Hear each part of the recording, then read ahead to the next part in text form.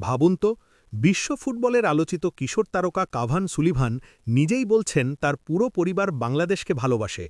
শুনতেই চমকে যাওয়ার মতো, তাই না? কাতারে সদ্য শেষ হওয়া অনূর্ধ্ব-17 ফিফা বিশ্বকাপে বাংলাদেশি ফটোসাংবাদিক নাহিদ ইসলামের সঙ্গে কথা বলতে গিয়ে এই বিস্ময়কর তথ্য দেন কাভান।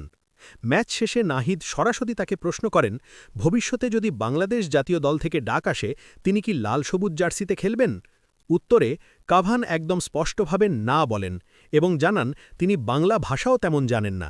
তবে মাঠের পারফরম্যান্সে কোনো ঘাটতি নেই। এই বিশ্বকাপে একাধিক গুরুত্বপূর্ণ ম্যাচে গোল করে দলকে জিতিয়েছেন তিনি। ফুটবল নিয়ে তার ভাবনা যে কতটা বড় সেটাও কথাবার্তায় পরিষ্কার। এমনকি কাতারের কোনো ক্লাবে খেলার প্রস্তাব পেলেও তার উত্তর একই, না। কাভান নিয়মিত ফলো করেন তার বড় ভাই কুইন সুলিভানকে, যার কাছ থেকেই তিনি প্রতিনিয়ত শিখছেন। যদিও অনেকেই মনে করেন ভাইয়ের চেয়েও কাভান বেশি প্রতিভাবান। তবে এখানেই শেষ নয়।